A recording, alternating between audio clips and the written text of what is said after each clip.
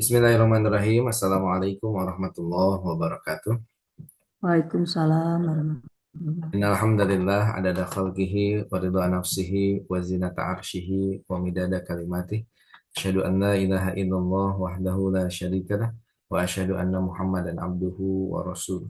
Allahumma shalli wa sallim ala sayyidina Muhammad wa ala alihi wa ashabihi ajmain amma ba'd.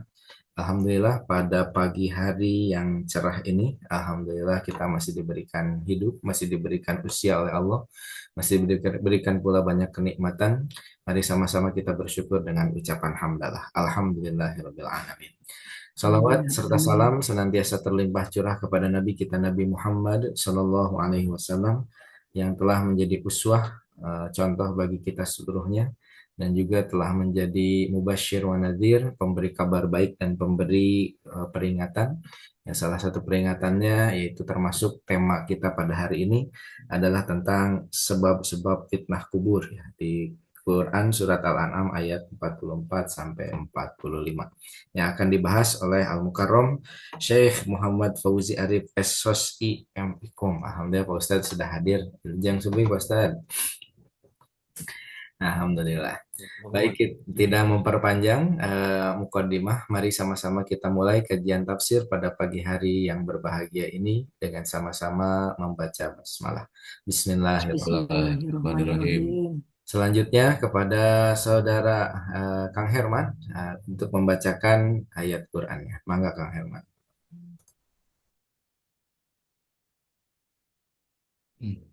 Assalamualaikum warahmatullahi wabarakatuh. Waalaikumsalam Waalaikumsalam. warahmatullahi wabarakatuh. أعوذ بالله من الشيطان الرجيم. بسم الله الرحمن الرحيم.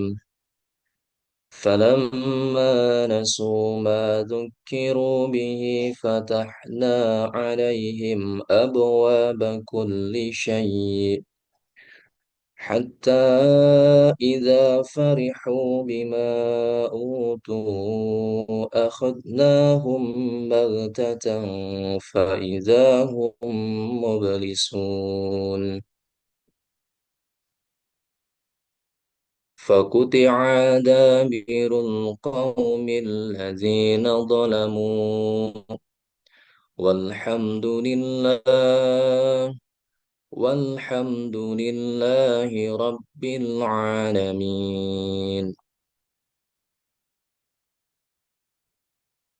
Aku berlindung kepada Allah dari godaan syaitan yang terkutuk dengan menyebut nama Allah yang Maha Pengasih lagi Maha Penyayang. Maka ketika mereka melupakan peringatan yang telah diberikan kepada mereka, kami pun membukakan semua pintu kesenangan untuk mereka. Sehingga ketika mereka bergembira dengan apa yang telah diberikan kepada mereka, kami siksa mereka secara tiba-tiba. Maka ketika itu mereka terdiam putus asa. Maka orang-orang yang zalim itu dimusnahkan sampai ke akar-akarnya. Dan segala puji bagi Allah, Tuhan seluruh alam. Sadaqallahul Azim. Maha benar Allah dengan segala firman-Nya. Terima kasih. Wassalamualaikum warahmatullahi wabarakatuh. Waalaikumsalam warahmatullahi wabarakatuh. Turun nuhun Kang Herman atas bacaan Qur'annya. Sadaqallahul adzim wa sadaqa rasuluhun nabiyul habibul karim. Wa nahnu ala dzalika minasyahidin wa syakirin walhamdulillahirabbil alamin. Baik, Bapak Ibu sekalian, selanjutnya adalah materi terkait dengan sebab-sebab fitnah kubur yang akan dibahas dikupas habis oleh Ustadz kita, Mukarram Ustadz Muhammad Fauzi Arif. Di hadiran Pak Ustadz, mangga. Turnuhun Ustaz Abdul. Bismillahirrahmanirrahim. Assalamualaikum warahmatullahi wabarakatuh. Waalaikumsalam. Alhamdulillah, alhamdulillah wa syukurillah wassalatu wassalam ala Rasulillah wa ala alihi wa sahbihi wa mawalah. Asyhadu an la ilaha illallah wahdahu la syarika lah wa asyhadu anna Muhammadan abduhu wa rasuluh alladzi la nabiyya ba'dah. Allahumma salli wa sallim wa barik ala nabiyyina Muhammadin wa ala alihi wa ashabihi ajma'in amma ba'du.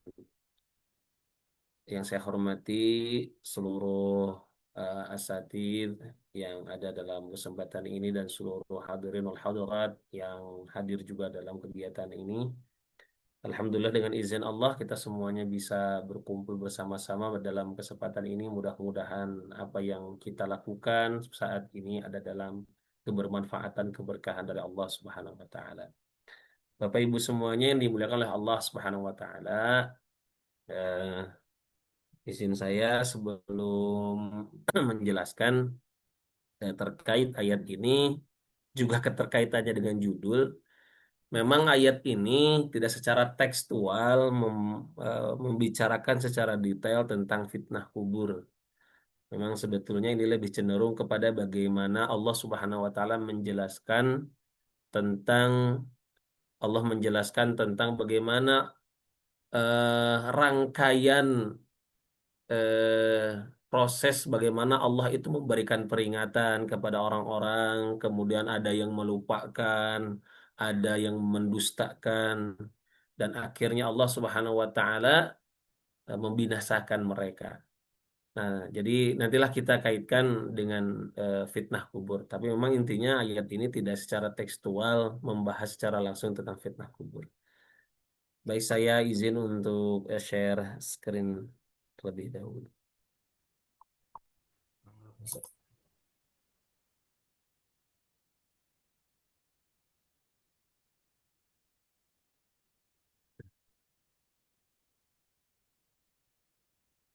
Baik, ini adalah teks ayatnya, surat Al-An'am ayat 44. Seperti bagaimana tadi sudah dibaca ya. Falamma nasu ma dzukkiru bihi fatahna alaihim abwaba kulli syai' hatta idza farihu bima utu akhadnahum baghtatan fa idza hum mublisun.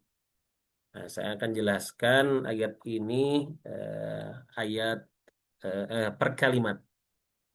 Pertama, di sana ada kalimat falamma nasu ma dzukiru bih. Tatkala mereka melupakan peringatan yang telah diberikan kepada mereka. Pertanyaannya, siapa mereka ini? Mereka ini berdasarkan ayat-ayat sebelumnya mengisahkan orang-orang yang telah diberikan peringatan berupa didatangkan para nabi kepada mereka, diutus kepada mereka itu kaum-kaum, diutus kepada mereka nabi-nabi yang didatangkan kepada kaum-kaum, kemudian mereka mendustakan. Jadi mereka ini adalah orang-orang yang mendustakan apa yang sudah diberikan peringatan oleh Allah Subhanahu wa taala. Nah, dalam tafsir At-Tabari dalam kitab Jami'ul Bayan dijelaskan, Imam At-Tabari menyebutkan ay tarakul amala bima dzukiru bihi min taatillah. Jadi nasu, atau di sana ada kata nasu, falamma nasu. Nasu itu artinya mereka lupa. Maksudnya adalah lupa itu tarakul amal. Mereka berpaling ya dari pekerjaan-pekerjaan yang berupa ketaatan kepada Allah Subhanahu wa taala, padahal mereka itu sudah diberikan peringatan oleh Allah dengan didatangkannya wahyu, dengan didatangkannya para rasul, dengan didatangkannya ajakan-ajakan kepada mereka, ya. Wa tamaddu fil isyan. Bahkan mereka terus-menerus melakukan kemaksiatan kepada Allah Subhanahu wa taala. Nah, jadi maknanya bahwa lupa di sini itu bukan sekedar lupa ingat secara ingatan, tetapi mereka itu lupa itu maksudnya adalah meninggalkan petunjuk Allah Subhanahu wa taala secara sengaja dan terus-menerus melakukan maksiat. Ya. Kemudian di ayat selanjutnya, di teks di kalimat selanjutnya, fatahna alaihim abwaba kulli syai'. Ya, artinya kami bukakan untuk mereka pintu-pintu ya segala sesuatu. Nah, Imam Al-Qurtubi dalam kitab Al-Jami' li Ahkamil Quran beliau mengatakan maksud dari kalimat ini adalah ai awsa'na 'alaihim fid dunya minan ni'am wal khairat. Jadi artinya kami membukakan kepada mereka pintu-pintu segala sesuatu itu, maksudnya adalah Allah melimpahkan kepada mereka yang berdusta itu. Nah ini jadi ini uniknya ya. Jadi ketika Allah sudah memberikan peringatan, kemudian mereka berpaling, nah ternyata tidak langsung diazab, tidak langsung dihukum. Tapi bahkan Allah itu menguji mereka dengan apa? Melimpahkan kepada mereka berbagai macam kenikmatan dunia. Ya, minan ni'am wal khairat, kenikmatan-kenikmatan, kebaikan-kebaikan. Nah, kenikmatan kebaikan ini bisa berupa harta, ya, bisa berupa kekuasaan, bisa berupa kemewahan, bisa merupakan juga kesehatan ya yang kita rasakan, umur panjang, kekuatan dan sebagainya. Ya. Nah, sampai hatta dhannu annahum ala khair. Jadi diberikan peringatan oleh Allah, mereka berpaling, ya. Kemudian ternyata Allah uji mereka dengan kemewahan, dengan kesehatan, dengan harta, dengan kekuatan, dengan panjang umurnya gitu ya. Ya, diberikan kemudahan-kemudahan dalam urusan hidupnya sampai mereka menyangka bahwa hal itu ala khair. Mereka menyangka itu tuh hal yang diridhoi oleh Allah Subhanahu wa taala. Ya. Padahal wadzalika istidrajum minallahi ta'ala lahum.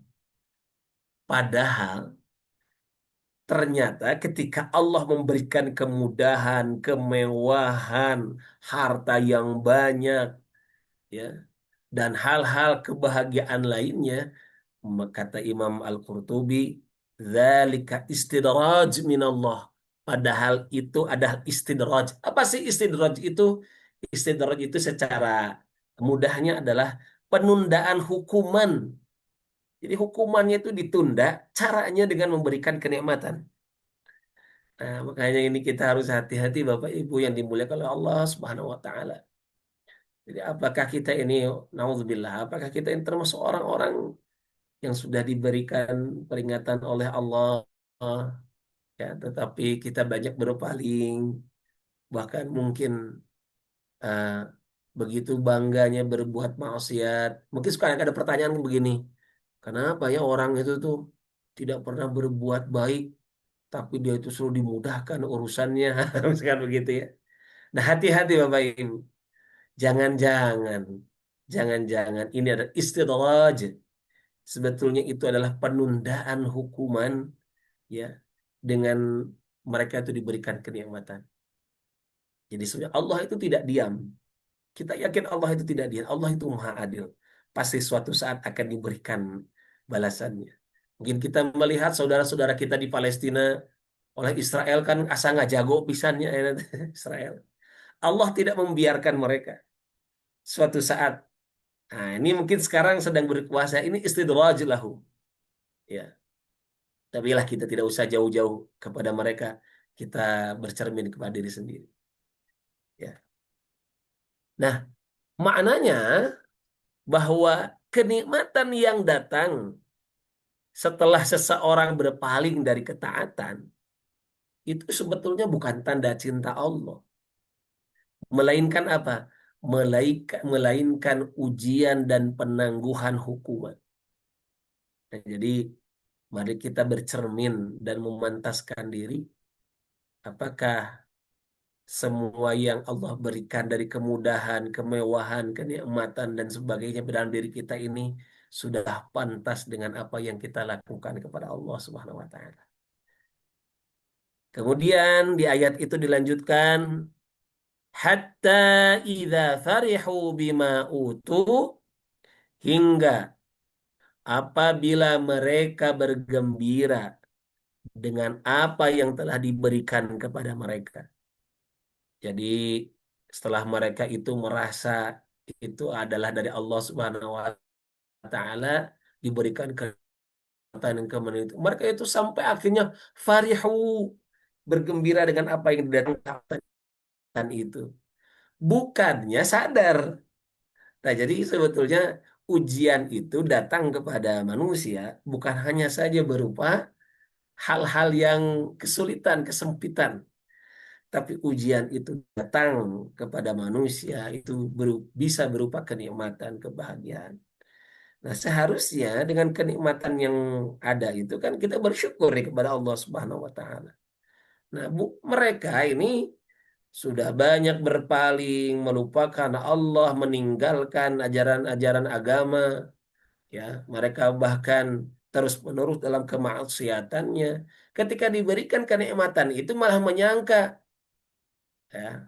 Kan suka ada yang begini, mungkin Bapak Ibu, ada orang yang berbuat maksiat mungkin ngomong begini, ah baik tina naon dasa eutik ah, gitu ya. Mungkin kata orang Sunda, nggak apa-apa lah, nyobalah sedikit itu kan nggak apa-apa, nggak gimana-gimana. Nah, padahal sebetulnya hati-hati itu kita sedang diuji dan mungkin hukumannya sedang ditanggung. Nah, Imam Al-Baghawi dalam kitab Ma'alimut Tanzil mengatakan maksud dari ayat dari teks ini adalah farihu ay batiru wa a'jamu bima yabu bima indahum. Mereka merasa bangga, ya, mereka merasa sombong, mereka merasa takjub dengan kenikmatan yang mereka miliki.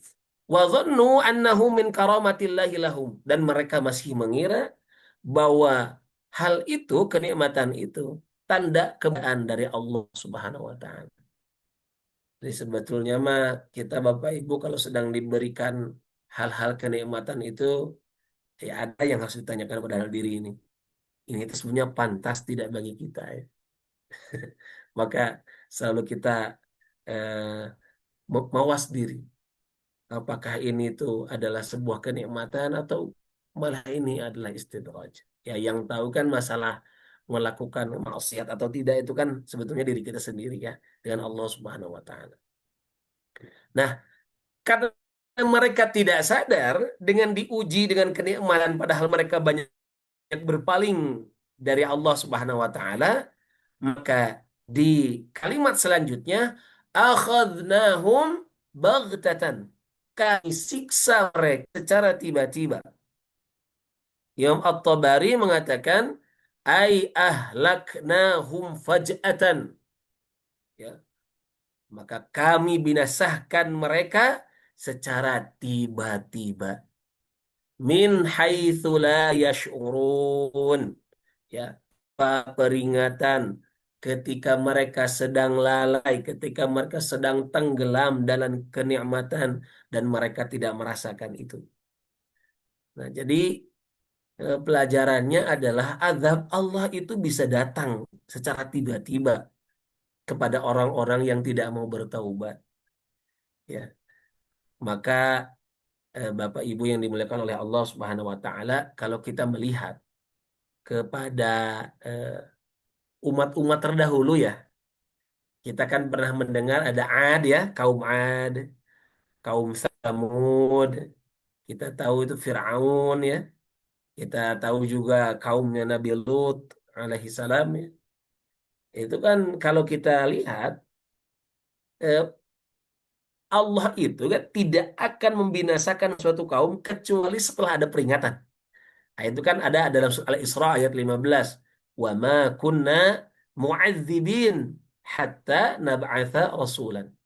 Kami tidak akan mengadab suatu kaum sampai kami mengutus kepada mereka seorang rasul. Jadi sebetulnya Allah itu maha adil. Sebelum mengadab suatu kaum itu pasti Allah akan mengutus kepada mereka para nabi. Ya, peringatannya kan banyak. Bisa berupa dakwah para nabi atau ayat-ayat Allah Subhanahu wa taala berupa berupa mukjizat, mungkin juga berupa nikmat, ujian, ancaman, janji, ya, yang telah disampaikan kepada mereka. Kalau kaum Ad itu kan sudah diingatkan melalui siapa? Nabi Hud, ya, kaum Samud melalui Nabi Saleh, ya, Fir'aun diingatkan oleh Nabi Musa, ya. Bahkan Rasulullah SAW bersabda dalam hadis riwayat Bukhari, tidak ada seorang nabi pun kecuali telah memperingatkan umatnya dari Dajjal. Maksudnya secara umum, Nabi itu pasti telah dikirim kepada seluruh umat. Ya, dengan maksud salah satunya adalah memberikan peringatan. Nah, kalau tadi Ustadz Faisal Abduha menyebutkan di awal basyiran wa nadhiran, memberikan kabar gembira dan peringatan. Nah, setelah diberikan peringatan, kan seperti kaum Ad, Tsamud, ya, Fir'aun, itu malah berpaling. Kalau kita melihat bahkan ada yang menolak, ya, mengolok-olok, mendustakan Rasul. Bahkan kalau kita lihat kaum Nabi Ad, kaum Ad, ya, itu merupakan kaumnya Nabi Hud alaihi salam. Kita lihat dalam surat Fussilat ayat 15, bahkan mereka itu kan malah menantang siapa yang lebih kuat dari kami, gitu kan? Jadi malah menantang gitu. Jadi kekuatannya itu bukan memberikan kesadaran bagi mereka agar mereka itu sadar bahwa kekuatan ini tidak datang dari kami sendiri, tapi dari Allah Subhanahu wa taala. Mereka malah menantang Allah. Ya. Bahkan ya umatnya Nabi Soleh yaitu kaum Samud, mereka malah meminta agar didatangkan azab. Itu tertera dalam surat Al-A'raf ayat 77. Nah, Fir'aun sendiri malah mengatakan, bukankah kerajaan Mesir ini milikku? Dalam surat Quran Az-Zukhruf ayat 51. Jadi tidak sekadar penolakan saja, tetapi kesombongan yang datang. Nah, setelah mereka menolak, coba lihat kaum-kaum itu. Allah memberi mereka apa? Ya istidraj, tidak langsung diazab kan? Tapi Allah memberikan kelapangan, rezeki, kekuatan, kemewahan. Nah, seperti Fir'aun itu kan masih tetap dia pada tahtanya. Kaum Ad dengan kekuatannya, kaum Samud dengan kepintarannya, mereka kan tuh bisa memahat rumah-rumah yang di tebing-tebing itu kan. Sampai sekarang itu kan masih ada bukti sejarahnya. Ya. Nah, tapi apa yang terjadi setelah mereka itu diberikan kekuatan, maka Allah itu akhadnahum baghtatan, ya. Kami siksa mereka secara tiba-tiba. Seperti kaum Ad itu kan apa? Dia azabnya. Maka diberikan kepada mereka angin yang sangat dingin dan kencang. Itu tertera dalam surat Al-Haqqah ayat 6. Rihan sarsaran atiyah. Ya. Angin yang sangat dingin. Mereka dibinasakan 8 hari berturut-turut itu dengan angin itu. Ya. Kemudian kaum Samud, ya, mereka diazab, ya, dengan suara teriakan yang keras, atau dalam Al-Quran disebutnya as-sayhah, ya, fa'akhadathumus sayhah. Mereka mati akhirnya bergelimpangan seakan-akan tidak pernah hidup sebelumnya. Kaum Lut juga begitu. Faja'alna 'aliha safilaha wa amtarna 'alaiha hijarah. Ya, Allah menjadikan negeri mereka itu yang atasnya menjadi di bawah dibalikan itu, ya. Kemudian dihujani dengan batu dari langit, ya, batu yang panas. Masya Allah, maka Bapak Ibu semua yang dimuliakan Allah Subhanahu wa taala, kalau adalah kenikmatan datang kepada kita, mari kita syukuri, semakin meningkatkan ketaatan kita kepada Allah Subhanahu wa taala. Bukan menjadikan kita menjadi orang-orang yang sombong. Nah, kemudian ayat selanjutnya, فَإِذَا هُمْ مُبْلِسُونَ. Maka ketika mereka menjadi berputus asa, ya, dalam tafsir Ibnu Katsir dikatakan, ay ayisuna min kulli khair, mutahassiruna ala ma fatahum, khaifuna mimma atahum. Mereka itu menjadi putus asa. Nah, sudah datang azab kepada mereka, baru nih mereka sadar kan. Mereka berputus asa dari segala kebaikan, menyesal atas apa yang sudah diperbuat, dan ketakutan menghadapi azab yang datang. Nah, seperti Fir'aun itu kan, ketika di akhir hidupnya dia baru menyadari. Tapi dikatakan dalam sebuah riwayat bahwa malaikat Jibril itu sampai menyumpal mulutnya agar tidak, ya, dia itu agar tidak menyatakan bahwa Allah itu memang eh, sebenar-benarnya Tuhan yang harus disembah. Ya. Jadi penyesalan itu datang setelah azab yang menimpa, tidak lagi berguna. Jadi Ya, kalau sudah azab datang kepada kita, kalau sudah syakaratul maut datang kepada kita, maka penyesalan-penyesalan yang dahulu itu ya sudah, tidak ada lagi gunanya. Nah, maka inilah bentuk keputusasaan yang sesungguhnya. Ya, maka disebutnya mublisun. Ya, ablasa yublisu. Jadi ablasa yublisu itu artinya adalah penyesalan yang sesungguh-sungguhnya. Kalau khasirun itu masih mending ya. Tapi ini mublisun. Jadi penyesalan yang nyata itu katanya dengan ablasa yublisu. Mublisu itu adalah orang-orang yang sangat berputus asa. Menyesal. Semenyesal-menyesal. Di ayat 45, nah ini masih berhubungan dengan ayat yang tadi. Bagaimana Allah itu membinasakan mereka? Nah, faquti'a dabirul qaumil ladzina zalamu walhamdulillahi rabbil alamin. Nah, maksudnya apa? Faquti'a dabirul qaumil ladzina zalamu. Maka dimusnahkanlah. Quti'a itu kan dari koto'a ya, memutus maksudnya. Faquti'a dabirul qaum.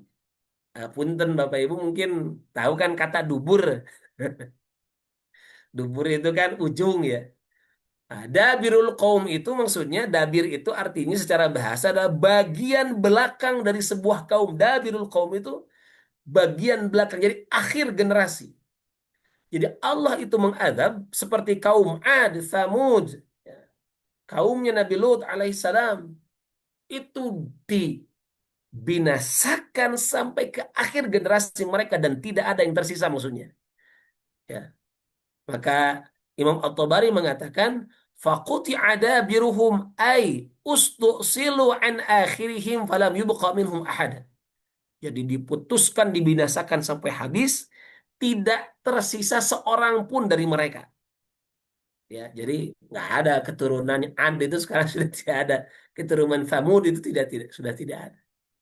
Ya, nah, kalau keturunan kaum Lut itu ya tidak ada, sudah tidak ada secara nasabnya, cuman perilakunya. Ah, itu ya. Perilakunya yang tidak hilang. Ya, secara generasi nasabnya sudah tidak ada, tetap perilakunya. Ya, faquti adabirul qaum alladzina zalam. Ya. Kemudian walhamdulillahi rabbil alamin. Ayat ini ditutup dengan apa?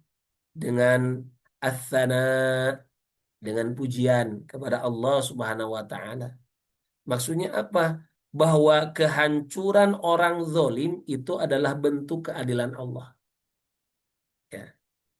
Yang kedua, Allah itu akan tetap selalu dipuji dengan keputusannya. Termasuk azab bagi orang-orang yang menolak kebenaran. Nah, Ibnu Ashur menjelaskan, Ja'at jumlatul hamdi thana'an 'ala Allah bihikmatihi wa 'adlihi fi ihlaki zalimin. Jadi Ibnu Ashur dalam kitab At-Tahrir wa Tanwir mengatakan bahwa kalimat alhamdulillah di akhir ayat ini adalah pujian atas hikmah dan keadilan Allah dalam membinasakan orang-orang zalim. Nah, jadi kalau kita melihat bahwa tentang ayat ini, jadi memberikan beberapa hikmah bagi kita. Yang pertama adalah istidraj. Istidraj itu adalah ujian paling berbahaya. Nah ini. Jadi dua ayat ini menjelaskan kepada kita bahwa istidraj ya, itu adalah ujian paling berbahaya. Karena apa? Ujian yang datang dalam bentuk kenikmatan itu biasanya orang-orang tidak sadar. Ya. Maka Nabi Muhammad SAW bersabda, "Idza ra'aitallaha yu'til 'abda minad dunya 'ala ma'asihi fa innama huwa istidraj." Jika kamu melihat Allah memberi dunia kepada seorang hamba sementara dia bermaksiat, maka itu adalah istidraj. Jadi kita harus hati-hati Bapak Ibu. Ya. Yang kedua hikmahnya adalah azab Allah akan datang setelah puncak kesenangan. Sebagaimana Allah menjelaskan bagaimana Allah menghancurkan umat-umat terdahulu. Bagaimana polanya? Pertama diingatkan, kedua mereka mengabaikan, berpaling, ketiga diberikan kesenangan yang berlebih bahkan ya oleh Allah Subhanahu wa taala itu. Kemudian tiba-tiba mereka dibinasakan ya tanpa diberikan dulu apa tidak diberikan dulu apa waktu dan sebagainya. Kemudian inilah yang terjadi pada kaum Nabi Ad, Thamud, Fir'aun dan lainnya. Kemudian kita harus yakin bahwa keadilan Allah itu pasti berlaku. Jadi makanya ayat ini ditutup dengan Alhamdulillah, menunjukkan bahwa pembinasaan kaum zalim itu adalah rahmat bagi alam. Ya. Dan keadilan Allah itu memang harus dipuji. Seperti Quran Surat Ibrahim ayat 42, Innama yuakhiruhum liyaum. Allah menangguhkan mereka sampai hari yang ditentukan. Nah, jadi meskipun orang-orang zalim itu tidak, ya, belum diberikan hukumannya sekarang, nah, dalam surat Ibrahim ayat 42, innama yuakhiruhum liyaum. Suatu hari akan ada keadilan yang sebetul-betulnya adil. Ya, tidak akan ada yang bisa menolak.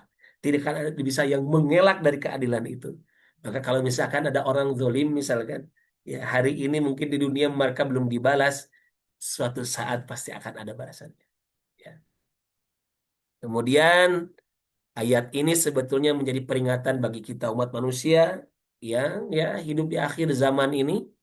Ya, jadi pesannya jelas. Yang pertama, awas, jangan tertipu dengan kelapangan hidup. Ya, nikmat yang banyak itu belum tentu itu tanda keridoan. Ya, air yang banyak itu bisa menenggelamkan. Ya, jadi belum tentu sesuatu yang banyak itu, ya, itu tuh adalah sebuah kenikmatan yang paripurna, belum tentu yang banyak itu. Tetapi kan sesuatu yang banyak itu bisa aja akhirnya seperti air jadi menenggelamkan. Serteuing cai jadi kebanjiran ya Bapak Ibu. Ya. Nah, bisa jadi juga bahwa nikmat yang banyak itu yang tidak setelah kita ternyata banyak bermaksiat kepada Allah, bisa jadi itu tanda-tanda dekatnya azab Allah kepada kita. Nauzubillah. Nah, apa hubungannya ayat ini kalau dengan fitnah kubur? Nah, ini menjelaskan kan fitnah ini begini Bapak Ibu ya. Saya sebelum bicara dulu mengaitkan ayat ini dengan fitnah kubur. Fitnah kubur itu kan fitnah itu mohon maaf. Kita kan beda lagi fitnah maksudnya dalam bahasa Arab dan fitnah dalam bahasa Indonesia ya. Ah, ente mau fitnah saya, ah, itu maksudnya bukan itu ya. Fitnah itu secara bahasa diambil dari kata fatana yaftinu fitnatan ya. Fatana yaftinu fitnah. Fitnah itu secara secara bahasa artinya adalah ujian, cobaan.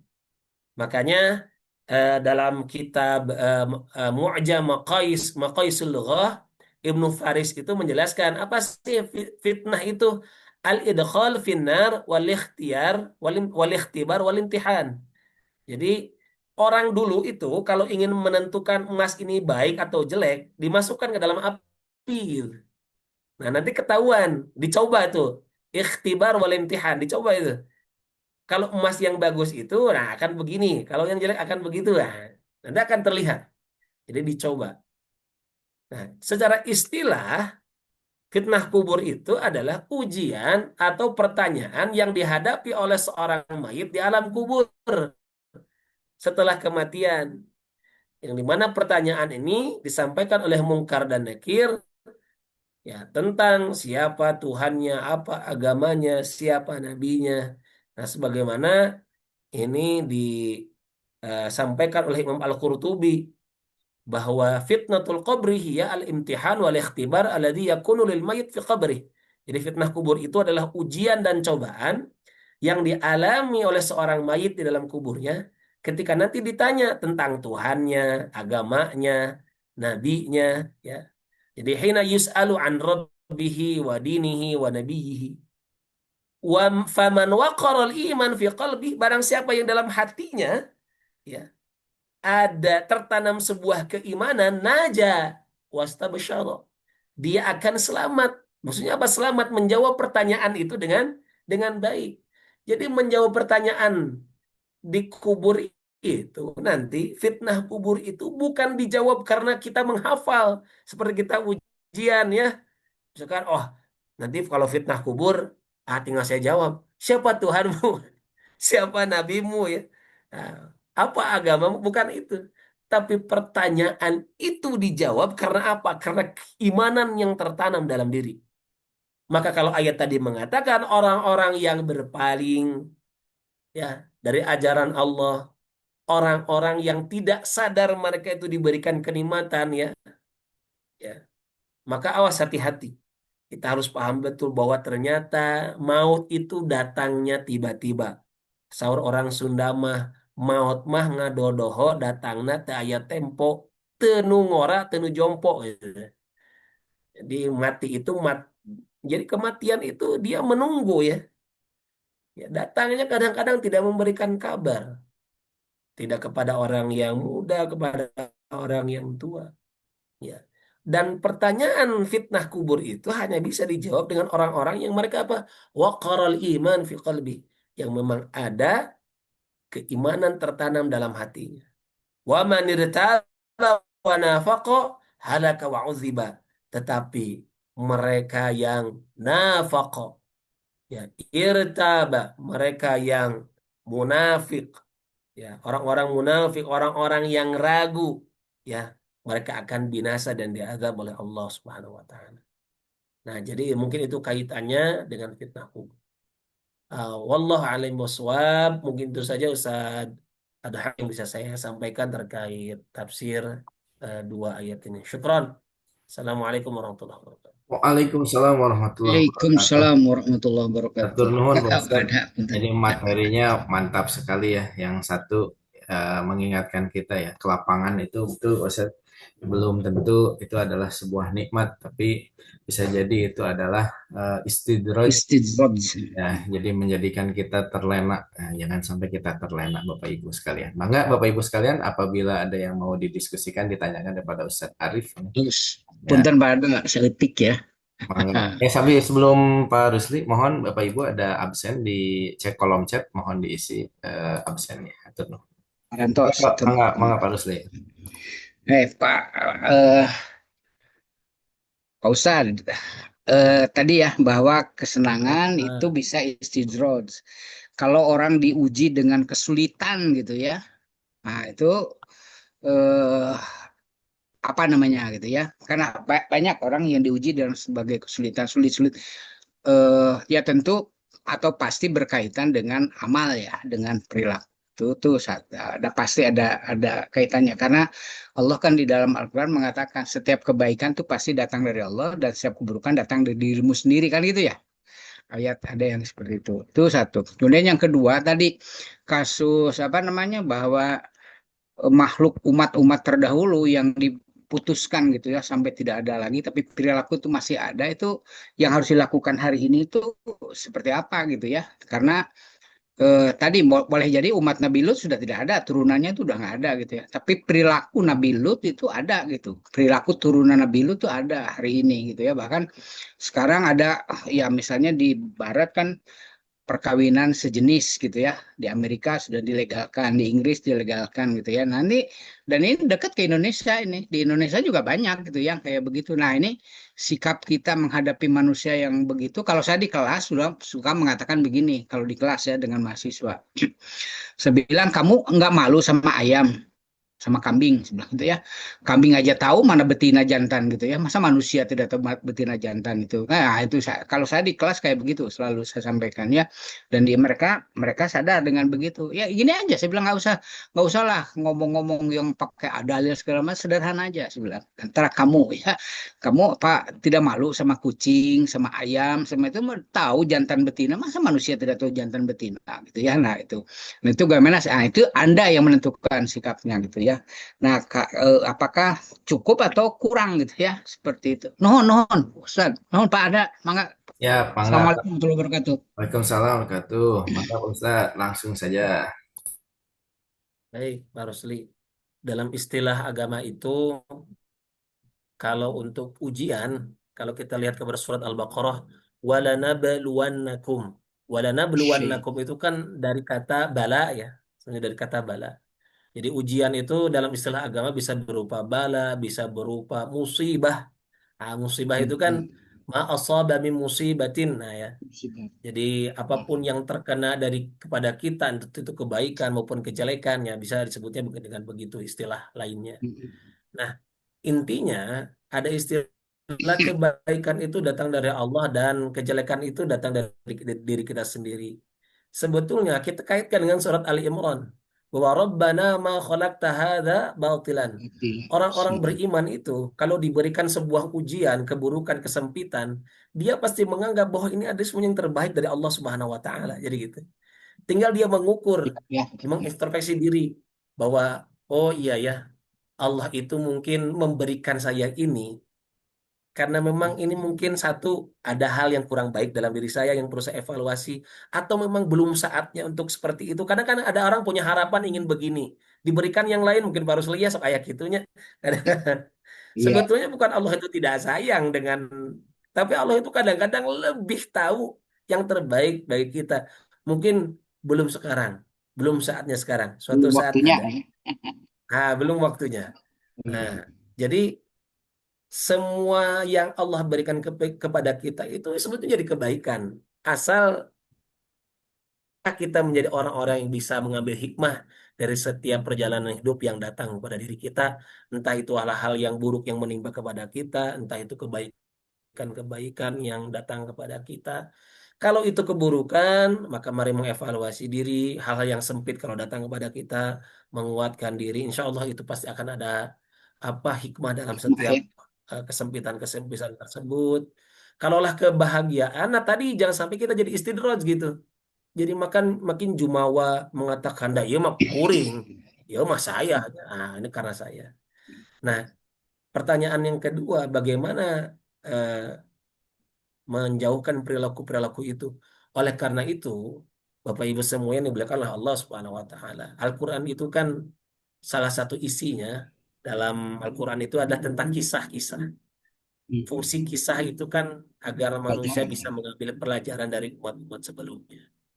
Jadi sebetulnya saya yakin sebetulnya secara fitrah mereka itu ya, fitrah orang itu sebetulnya yang gay gitu ya.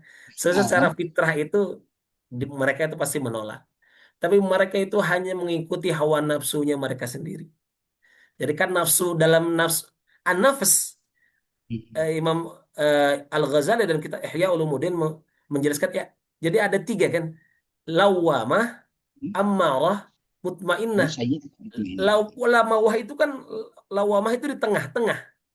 Jadi lawamah itu yang dia itu kadang-kadang tapi lawamah itu kan begini. Kalau orang berbuat jelek, dia itu sedih sebetulnya dan merasa aduh, itu lawamah. Nah, kalau lawamah itu selalu dicenderungkan kepada kebaikan, dia akan menjadi mutmainnah.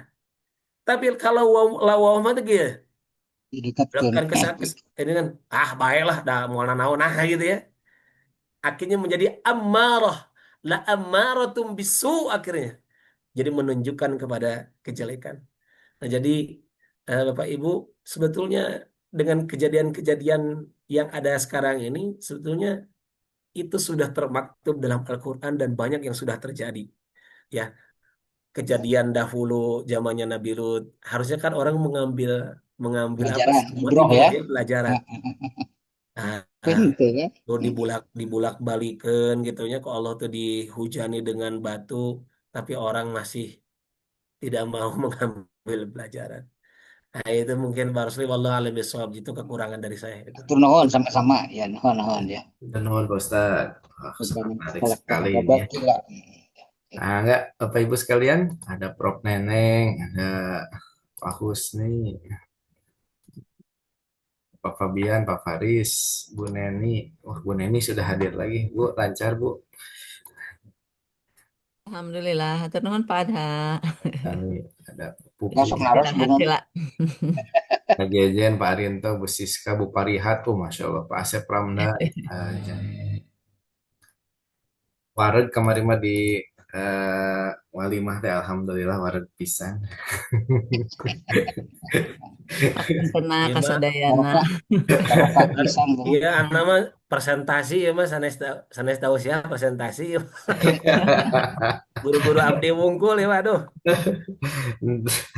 Alhamdulillah Pak Ustadz. Iya Pak Ustadz, kadang-kadang kita merasa gitu. Jadi kalau diberikan nikmat teh, nah namanya, wah Kalau misalnya pemasukan bulan ini teh lancar gitunya, terus masih sesana sih, aduh Ayo alhamdulillah pisan gitu ya, karaos pisan gitu. Nah, tapi kadang-kadang enggak teh, wah, malah jadi ibadah nanti malah jadi kurang, malah jadi nyepelekin lah karena non perkara-perkara ibadah. Nah, untuk sadaha abu Eta pupung badana tanda-tanda itu teh.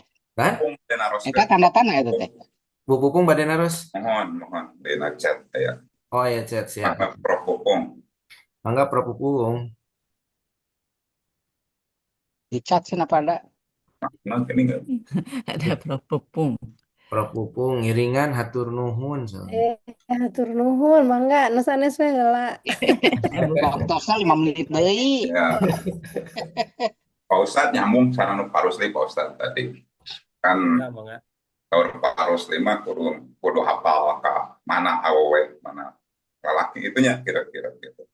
Nah, tapi kan tetap ada batas ya gitu bicara kok kudu hafal sedangkan hayam oke mungkin bisa jadi sarua jeung hayam kan ke aya batas begitu hayam habak kenapa saya nyatakan itu nih kemarin saya pas ke kampus di Tangga Batu nih mumpung banyak yang berwenang juga di sini di Tangga Batu yang baru ya di dekanat gitu pas ke Ngalampung teh Barudaknya. kemudian mobilnya anu tos beres ujian teh aya istri sareng pamegat duka fakultas mana teh mudah-mudahan sanes fakultas hukum.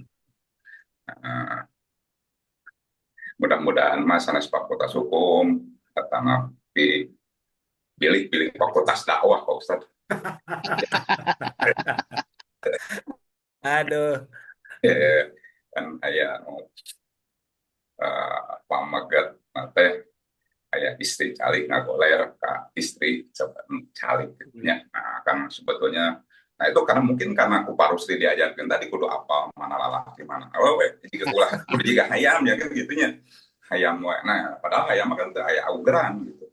Nah makanya waktu itu saya langsung ke satpam Pak Arman itu tolong sampai itu baru dak jadinya ulah lamun anu itu geureukeun atau ulah diantok kira-kira begitu. Jadi memang tadi ya pertama justru mungkin juga harus itu jadi diajarkan oke bahwa ya dalam ajaran Islam itu tadi ada batas gitu ya batas pergaulan antara laki-laki dan perempuan gitu ya walaupun kadang-kadang juga sebetulnya lupa batas menyariosok secara rawas gitu ya pun kan bisa. Nah lalu yang berikutnya ini kan terkait dengan ujian ini tadi ya fitnah nah Pak Ustadz fitnah sangat fitnah nah bahasa Indonesia kamu bahasa Sunda namanya soal fitnah bahasa Sunda itu belajar terencangan supaya di Rudiana fitnah kejepitnya nah yang beda deh berarti kan itu namanya tapi ya tadi fitnah oke berarti gitu ya namun tadi kalau dilakukan tidak dengan pasangannya kan kira-kira begitu. Nah yang ingin saya tanyakan ini kan sebetulnya kan tadi di Al-Quran sudah banyak ya contoh-contoh bahwa ada Fir'aun dengan kekuasaannya dia tadi melupakan Tuhannya. Lalu ada Qarun dengan kekayaannya dia juga melupakan Tuhannya. Dan ada juga Haman ya orang yang dengan kepintaran juga melupakan Tuhannya. Sementara di kita sekarang banyak orang pintarnya yang minum tolak angin gitu sehingga banyak yang melupakan Tuhan. Nah, yang tadi kan upaya gitu ya. Ini kan tadi soal pada ketika kita mendengarkan ceramah, ya gitu. Terusnya orang kalau bakal salah, tapi pas beres ceramah berikutnya itu dari gitu ya. Nah, bagaimana itu ya menjaga hati kita, gitu. Menjaga pikiran kita karena mungkin dua-duanya hati dan pikiran kita itu yang harus baik supaya bisa tetap istiqomah gitu ya bahwa apa yang kita ketahui itu bisa kita laksanakan bukan hanya sebagai pengetahuan saja tetapi pengetahuan itu malah akhirnya kita hanya jadi calo gitu ya ngajarkan mungkin batur, tapi kita tidak melaksanakan. Padahal katanya Allah sangat membenci gitunya orang yang berkata sesuatu tapi dia tidak melaksanakan. Itu ketika itu bicara kebaikan. Nah, itu jadi bagaimana Hurmatan indallah caranya gitu ya untuk ma'lum ya. mengontrol supaya paling tidak ketika kita, karena pasti ya berbuat kesalahan pemerintah tidak bisa dihindar. Nah, ketika kita berbuat kesalahan kita cepat sadar bahwa apa yang kita lakukan teh salah. Nah, itu saja mungkin. Sangat betul, mohon Pak Ustaz. Baik. Dan takul mata palun tak. Enggak Pak Ustadz, langsung. Nanti ada dari chat satu lagi pertanyaan dari Sebetulnya eh, jadi keadaan seperti ini tuh Pak bukan hanya saja dirasakan oleh kita, tapi di zaman sahabat saja, ketika para sahabat itu sedang berkumpul dengan Rasul, kalau berbicarakan tentang masalah agama itu betul semuanya sadar gitu ya. Tapi setelah lepas dari itu, nah itu memang jadi lupa terhadap apa yang sudah disampaikan. Jadi memang begitu manusia itu tabiatnya begitu. Tapi bukan berarti tabiat itu Maaf. yang seperti itu harus akhirnya seorang nama digugu gitu ya. Ya, harus memang kita jaga. Salah satunya memang tadi betul. Bagaimana kalau kita caranya kita biar bisa istiqomah. Yang pertama kan istiqomah itu kalau menurut Ibnu Rajab Al-Hambali beliau mengatakan luzumu ta'atillah 'ala dawam. Jadi istiqomah itu komitmen untuk selalu taat kepada Allah secara terus-menerus. Bagaimana kalau komitmen kita ini agar bisa kuat kepada Allah Subhanahu wa taala? Yang pertama tentu saja menguatkan niat. Niat itu tidak ada lain, semuanya hanyalah karena Allah Subhanahu wa taala. Jadi innal ladzina qalu rabbuna Allahu tsumma istaqamu. Jadi orang-orang yang berkata, nah, Rabb kami adalah Allah, lalu mereka istiqomah. Jadi cara yang pertama adalah pondasi tauhid yang kuat. Ya, bahwa semua yang kami lakukan biarlah Allah yang membalas. Mohon tidak capek Bapak Ibu kalau misalkan kita melakukan sesuatu hanya ingin misalkan agar kita selanjutnya diberikan diberikan sebuah penghargaan yang ingin dihargai oleh orang lain ya meskipun itu manusia memang begitu ingin dihargai ya ingin disegani ingin dihormati tetapi ingat bahwa kita Qul inna salati wa nusuki wa mahyaya wa mamati lillahi rabbil alamin. Katakanlah sesungguhnya salatku, kehidupanku, matiku, ya, itu semuanya hanya karena Allah. Jadi salah satu penguat pertama adalah kita menguatkan niat, menguatkan tauhid bahwa semuanya hanya karena Allah Subhanahu wa taala. Kemudian yang kedua caranya adalah ya kita melakukan hal-hal yang kecil yang terlebih dahulu. Ya yang mudah terlebih dahulu. Jadi Allah itu senang dengan eh, pekerjaan-pekerjaan yang ringan tetapi dilakukan secara terus-menerus. Dia biar nggak terlalu berat. Jadi istiqomah itu caranya begitu. Misalkan sehari berapa yang memang kita mampu. Kalau memang mampunya sementara untuk satu ayat, dua ayat, lakukan itu tapi secara terus-menerus. Nah, agar konsisten gitu ya, agar tidak terlalu berat. Misalkan membaca Al-Quran ba'da sholat, saya ingin targetkan setelah ba'da sholat aja ya, inginnya satu atau dua ayat. Tapi itu terus-menerus. Nah, insya Allah dengan hal seperti itu akan konsisten. Kemudian yang ketiga, yang terakhir adalah kalau kita ingin istiqomah tentu saja kita tidak bisa sendiri. Kita perlu membentuk sebuah lingkungan yang menguatkan kita. Ya kan dalam sebuah hadis Rasul itu dikatakan dalam hadis riwayat Abu Daud, seseorang itu mengikuti agama sahabat dekatnya. Jadi ala dini khalilih ya. Jadi seorang itu bagaimana mengikuti agama sahabat dekatnya. Maksudnya apa? Orang itu bagaimana lingkungannya. Ya kalau orang itu banyak bergaul dengan orang-orang ya yang notabene misalkan banyak melakukan hal-hal yang tidak benar secara tidak langsung nanti akan terbawa. Nah, maka jadi gini, kalau istilah bergaul itu, maksudnya berteman itu memang harus cari temannya itu memang harus benar-benar orang-orang yang baik. Tapi kalau kenal ya, kalau kenal, kalau kenal ya dengan bebas saja kita bisa. Tapi kalau kita bermaksud saya ingin mengajak orang itu kepada hal yang baik, nah, mudah-mudahan akhirnya kita bisa. Ya itu baik juga, karena itu dakwah. Ya. Nah, kemudian adalah sering menghadiri majelis ilmu. Nah, ya, dengan menghadiri majelis ilmu itu akhirnya semakin menguatkan. Nah, seperti Pak Epik namanya pemurang nuju ngaos teh cenah karaos pisan. Muhun anu osok ngaos wae sok hilap komode itu. Itu baik. Jadi majelis ilmu itu sebenarnya seperti ini semakin apa satu mengupgrade kan ya, mengupgrade ilmu, mengupgrade keimanan kita ya, banyak mengevaluasi diri kita apakah selama ini kehidupan kita ini sudah sesuai atau belum gitu ya. Itu saja mungkin wallahu alam Pak Prof Efik. Mungkin banyak kekurangan dari saya. Mohon maaf. Prof. Ada pertanyaan Pak Ustadz satu lagi sebelum kita tutup. Ada dari Prof Pupung. Pak Ustadz, apakah setiap manusia yang sudah berbuat salah terus bertobat nanti masih dihisab? Baik. Jadi hisab itu begini Bapak Ibu. Saya pernah membaca, saya lupa nama kitabnya. Jadi perkara menghapus dosa itu bukan berarti sekarang langsung dihapus dosanya. Tapi maksudnya begini menghapus dosa itu. Ada ulama yang mengatakan, ya Allah bisa menjadi seperti itu. Maksudnya kejelekan kita tetap ditulis yang sudah kita lakukan, tapi kebaikan kita nanti ditulis.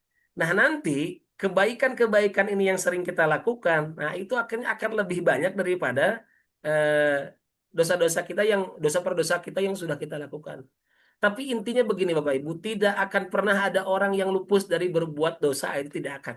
Ya, karena apa? Memang sudah begitu. Bahkan Allah mengatakan kalau misalkan dalam sebuah hadis qudsi kalau misalkan seluruh manusia ini tidak ada yang berbuat salah, Allah akan ganti dengan orang-orang yang mereka akhirnya bersalah, bertaubat lalu minta ampun kepada Allah Subhanahu wa taala. Jadi sebetulnya kesalahan-kesalahan yang terjadi itu memang pasti kita lakukan. Tapi yang paling penting adalah kita selalu berproses, berusaha untuk meminta ampun kepada Allah Subhanahu wa taala. Dan mudah-mudahan amalan kebaikan kita itu lebih banyak ya daripada mungkin dosa per dosa kita yang sudah kita lakukan. Tapi wallahu a'lam bishawab. Tapi intinya eh, semua yang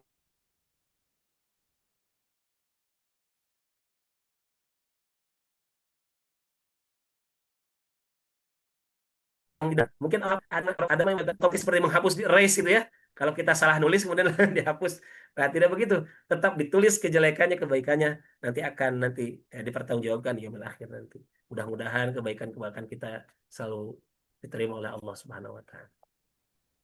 Amin. Hatur nuhun Pak Ustadz atas ini materi dan juga jawaban-jawabannya semakin mencerahkan dan mengingatkan kita agar ya yakin sadar betul bahwasanya segalanya adalah milik Allah dan semuanya akan dipertanggungjawabkan nanti di akhirat. Nah, kita harus mencontoh daripada kaum-kaum terdahulu, jangan sampai kita termasuk orang-orang yang disesatkan atau bahkan dilaknat oleh Allah.